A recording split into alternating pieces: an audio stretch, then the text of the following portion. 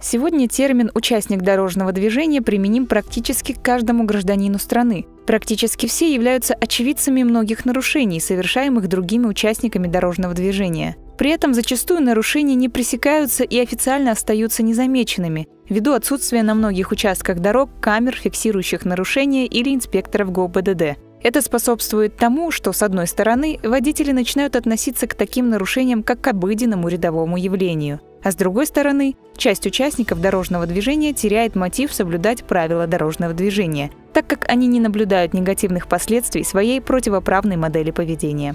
Нередко проблемы следуют еще с автошколы. Будущего водителя начинают загружать бесконечным количеством правил, знаков, и уже тогда формируется психологическое давление, заставляя бесцельно заучивать информацию, не вникая в суть. А зубрежка не является эффективным средством запоминания. Это было доказано множеством исследований, в том числе советским психологом Владимиром Зинченко. Вследствие этого ученик приходит к следующим выводам. Будущему водителю не стоит заучивать, и все знания придут с практикой. Уже с этого момента человек начинает с пренебрежением относиться к правилам. Ученик уверен, что в практике ему не пригодятся все эти правила, и он сам будет прекрасно ориентироваться на дороге. Будущих водителей интересует только вопрос размера наказания, того, каким будет штраф за нарушение. Отсюда уже идет психологический настрой на пренебрежение и неуважение правил дорожного движения. Я думаю, что водители нарушают правила дорожного движения, потому что некоторые из них обладают нарциссическим типом. Они считают, что они лучше всех, что законы писаны не для них. Мы можем наблюдать такое явление, когда две колонны машин стоит, и одна какая-нибудь на встречке несется, и он себя, человек, так ведет, что остальным никуда не надо ехать, ему одному надо ехать. Это один тип. Ну и человек каждый раз думает, что его пронесет, что он так сейчас проедет, его не заметят. На своем личном примере я могу сказать, я 13 лет за рулем, я сама стала более дисциплинированной, как начала работать программа «Безопасный город».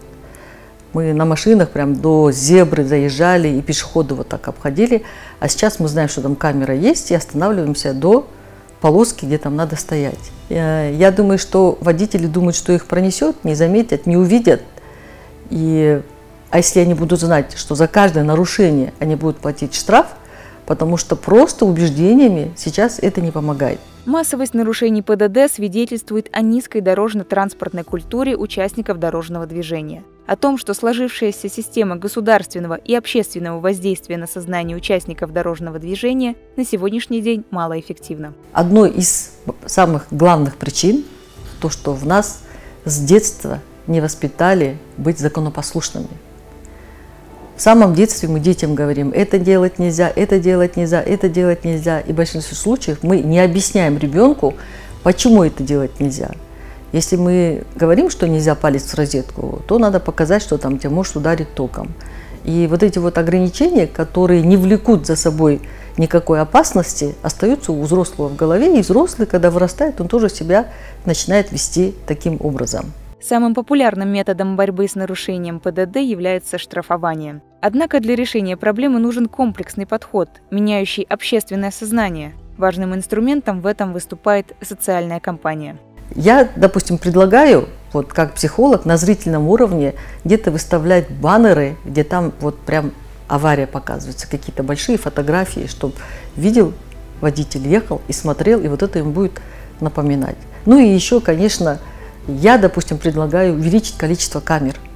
Вот камеры, они прям очень хорошо действуют на водителя.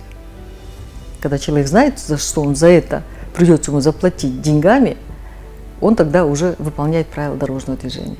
Проблему нужно предупреждать еще в зародыше. На родителях и учебных заведениях лежит ответственность воспитать в детях сознательное отношение к правилам дорожного движения, донести возможные последствия как со стороны водителя, так и пешехода.